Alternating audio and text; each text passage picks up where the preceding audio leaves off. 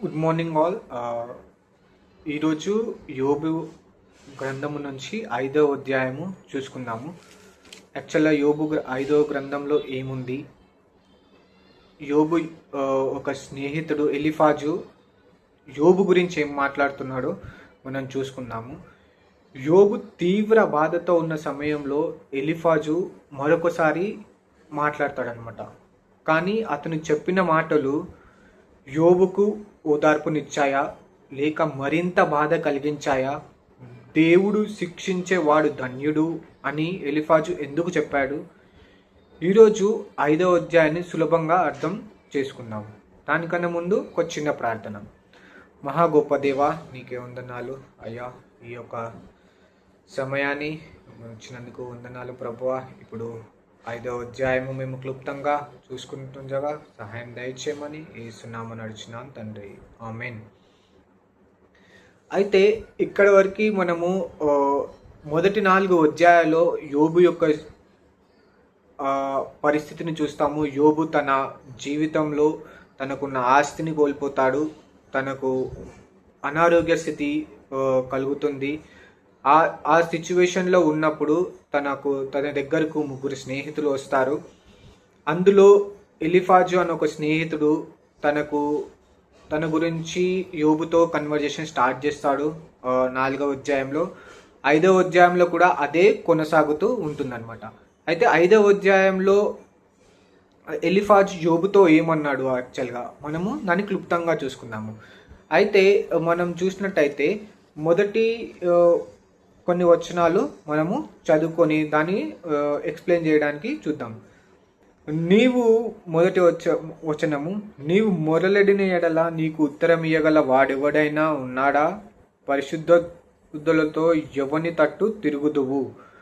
అంటే ఇక్కడ ఎలిఫాజు ఏమంటున్నా అంటే యోబుని, నువ్వు ఇంత కష్టంలో ఉన్నావు కదా, ఇంత బాధలో ఉన్నావు కదా, నీవు ఎవరిని పిలుస్తావు? ఇప్పుడు నీకు సమాధానం ఇచ్చే వాళ్ళు ఎవరైనా ఉన్నారా? ఎవరు? నీ పరిస్థితి ఏంటి అని ప్రశ్నిస్తున్నాడు అనమాట. నీ మొర వినటానికి ఎవరున్నారు ఇప్పుడు నీకు అని అక్కడ అర్థము. తర్వాత మనం చూసుకున్నట్లయితే అసూయ, కోపము మూర్ఖుడిని నాశనం చేస్తాయని తర్వాత వచనాల్లో అంటున్నాడు. తాను మూర్ఖులు అభివృద్ధి చెందడాన్ని చూసిన చివరికి నాశనము అవుతారు అని చెబుతున్నారు. అవునండి, మనం చూస్తాము ఈరోజు రేపు కొంతమంది సులభంగా డబ్బు సంపాదిస్తారు, వాళ్ళు తొందరగా పైకి ఎదుగుతారు. వాళ్ళని చూసినప్పుడు అబ్బో ఈ వ్యక్తి చాలా మంచివాడు, తొందరగా ఇంత డబ్బు ఉంది, అంత డబ్బు ఉంది. కానీ ఆ డబ్బుని ఏ విధంగా సంపాదించాడు అనేది కూడా చాలా ముఖ్యమండి. కొందరు అన్యాయంగా సంపాదిస్తారు. అలాంటి సంపాదన ఎప్పటికైనా ప్రమాదమే అండి. ఒకగానొక రోజు ఆ సంపాదన ఎలా సంపాదిస్తున్నాడో బయటికి వస్తుంది. దానివల్ల ఆ సంపాదన కోల్పోవడం కూడా జరుగుతుంది. మనకి అలాగే చూసినట్టే ఆకలి కొనిన వారు అతని పంటను తిని వేదురు, ముండ్ల చెట్లను నుండి వారు దాన్ని తీసుకొందురు, బోనులు వారి ఆస్తి కొరకు కాచుకొనును. మనం ముఖ్యంగా వెళ్తుంటే శ్రమ ధూళిలో నుండి పుట్టదు, బాధ భూమిలో నుండి మెలవదు. శ్రమ అంటే బాధ. యాక్చువల్కి హ్యూమన్కి మన యేసుక్రీస్తు ప్రభు వారి ఈ లోకానికి వచ్చినప్పుడు కూడా తాను శ్రమను అనుభవించాడు. ఆ శ్రమను అనుభవించాడు దేవుడు అయినప్పటికీ ఆ శ్రమను ఎలా తను అధిగమించాడు? గెత్సెమని తోటలోకి వెళ్ళి తాను దేవునికి ప్రార్థన చేశాడు. ఈరోజు నువ్వు ఏ శ్రమ నుంచి వెళ్తున్నావో ఒకసారి జ్ఞాపకం చేసుకో. ఆ శ్రమ ఏదైనప్పటికీ ఉండొచ్చు. నీకు ఉద్యోగం లేదా ఈరోజు? అయితే శ్రమలో ఉన్నావేమో, అయితే దిగులు చెందకు. నీకు అనారోగ్య స్థితిలో ఉన్నావేమో, దిగులు చెందకు. నీ కుటుంబీకులే నిన్ను అసహించుకుంటున్నారేమో, దిగులు చెందకు.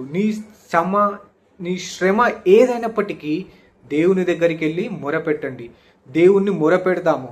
దేవుణ్ణి మొరపెడితే దేవుని మంచి స్నేహితుడు కాబట్టి ఖచ్చితంగా మనకి జవాబు ఇచ్చే దేవుడు ఆయన. అయితే మళ్ళా కింద చూసుకున్నట్టయితే నిప్పు రవ్వలు పైకి ఎగిరినట్లు నరులు శ్రమానుభావమునికే పుట్టుచున్నారు. ఎలిఫాజు యొక్క ఉద్దేశం ప్రకారము ఏంటిదంటే నరులు పుట్టిందే శ్రమ పొందడానికి అంటున్నాడు. అలాంటి స్థితిలోనూ మనకి శ్రమ అనేది కామన్, ఎవరికైనా వస్తుంది. అలాంటి ఏ శ్రమ అంటే అప్పుడే జడ్జిమెంట్ చేస్తున్నాడు. దీనివల్ల ఏమంటున్నాడంటే డైరెక్ట్లీ ఆర్ ఇండైరెక్ట్లీ యోబు కూడా చెప్తున్నాడు, నువ్వు ఏదో ఒక పాపం చేసి ఉంటావు, అందుకే నీకు ఈ శ్రమ అని అక్కడ మాట్లాడుతున్నాడు. తర్వాత మనం చూసుకున్నట్టయితే, అయితే నేను దేవుని ఆశ్రయించుదును, దేవుడే నా వ్యాజము అప్పగించుదును. ఒకవేళ ఈ స్థితిలో నేనున్నట్లయితే నేనేం చేస్తాను అని ఎలీఫజు యోబుతో అంటున్నాడు. నేనైతే దేవునికి నా శ్రమను అప్పగిస్తాను, నేనైతే ఆయనకే నా మొర పెడతాను. ఈరోజు కూడా మనం ఎలాంటి పరిస్థితుల్లో ఉన్నా, మనం ప్రయత్నిస్తున్నామేమో, మనం ఆర్థిక స్థితిలో కానీ ఏదైనా సమస్య ఏదైనా ఉంటే మన యొక్క సొంత ప్రయత్నం చేస్తున్నాము. సొంత ప్రయత్నం చేయడంలో తప్పు లేదు. ఎప్పుడైనా మన సొంత ప్రయత్నము చేయాలి, దానితో పాటు దేవుణ్ణి ప్రేయర్ చేయడము చాలా మంచిదండి. మనం ప్రేయర్ చేసినప్పుడు దేవుడు మనకు తలంపులను ఇస్తాడు. మనం బైబుల్ చదివేటప్పుడు అందులో నుంచి దేవుడు మనం మాట్లాడతాడు. దానివల్ల మనము తీసుకునే డిసిజన్స్ ఎంతో ఉపయోగపడతాయి. ప్రతి విషయంలో మనకు శ్రమ నుంచి బయటకు తెచ్చేవాడు ఆయనే, కాబట్టి ఆయన మీద మనము ఆధారపడతాము. దేవుడు అద్భుతాలు చేస్తాడు. దేవుని యొక్క అద్భుతాలు ఎలాంటివి అంటే, ఆయన భూమి మీద వర్షము కురిపించువాడు. వర్షం ఎక్కడి నుంచి వస్తుందండి? ఆకాశము నుండి వస్తుంది, ఆ మేఘాలకించి వస్తుంది. మన యొక్క సృష్టి అనేది చాలా విచిత్రమైనది. ఆ వర్షము సృష్టించిన దేవుడు, అద్భుతాలు చేసిన దేవుడు పొలము మీద నీళ్లు ప్రవాహింపచేయువాడు. అట్లు ఆయన దీనులను ఉన్నత స్థలములో నుంచును, దుఃఖపడు వారిని క్షేమమునకు లేవనెత్తును. అయితే ఇక్కడ ఎలీఫజు ఏమంటున్నాడంటే, బాధపడుతున్న వారికి దేవుడు సహాయం చేస్తాడు. నువ్వు ఈరోజు ఏ బాధలో ఉన్నావో నువ్వు చింతించకు. చింత యావత్తు దేవుని మీద ఈరోజు ధైర్యంగా ఉండు.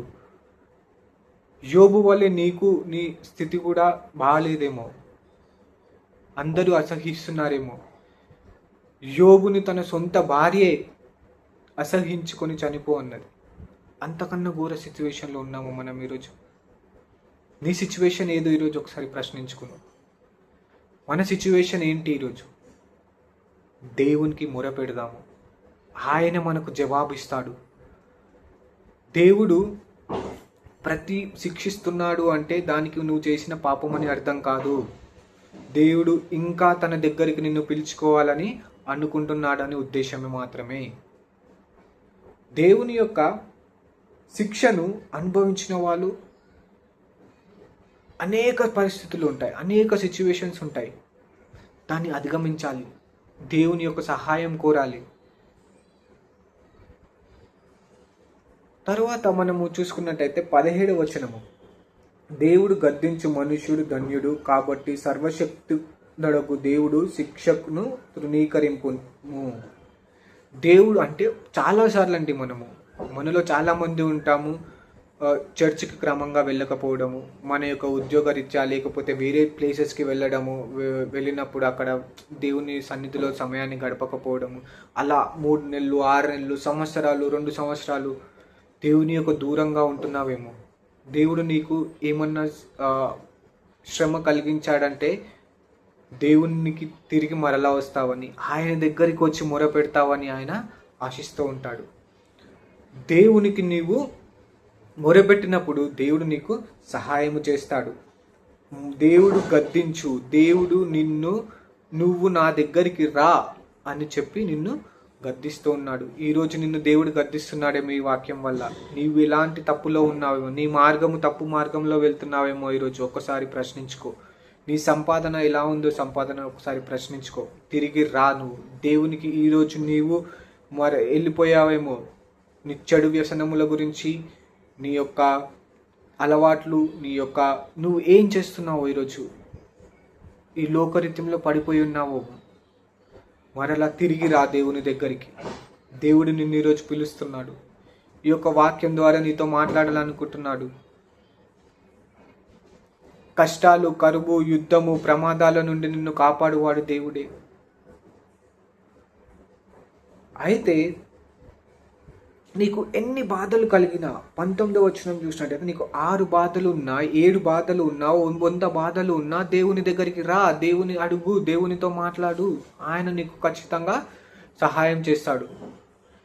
అయితే మనకు దేవుడు శ్రమను ఇచ్చిన ఏది కూడా ఆయన మనకు మేలు కొరకే. నువ్వు ఈరోజు దిగులు చెందకు.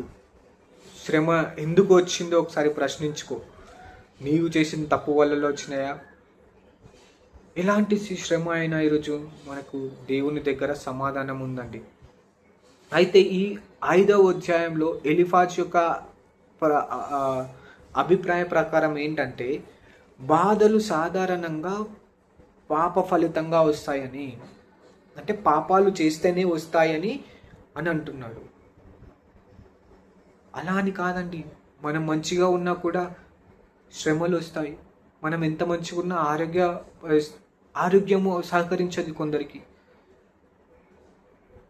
ఇతరుల వల్ల వస్తాయి శ్రమలు. అయితే ఎలీఫాజు ఏమంటున్నాడు అంటే, నువ్వు తిరిగి దేవుని దగ్గరికి వెళ్ళు, దేవుని శిక్షను అంగీకరిస్తే ఆశీర్వాదం పొందుతాడు అని అంటున్నాడు. అయితే ఎలీఫాజు తప్పండి. యోబు గ్రంథం మొత్తం మనము సందర్భంలో చూస్తే ఎలీఫాజు చేసిన నిర్ణయం పూర్తిగా సరైనది కాదు. ఎందుకు అంటే, యోబు బాధలు అతని పాపాల వల్ల వచ్చినవి కాదు.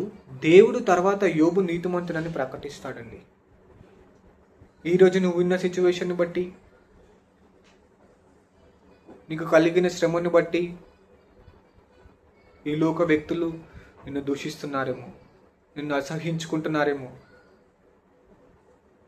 నువ్వు చేసిన పాపాల వల్లనే అవి వచ్చాయని వాళ్ళు అనుకుంటున్నారేమో. అయితే ధైర్యముగా ఉండు.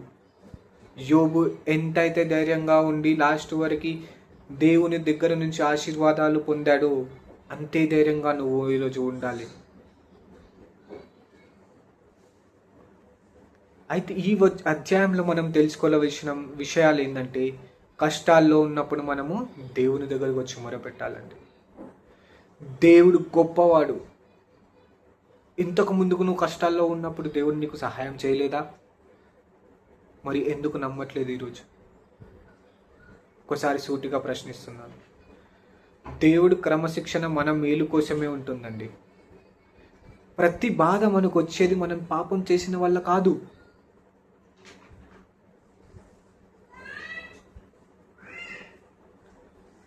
మరొకసారి ప్రార్థించుకుందాం ఈరోజు.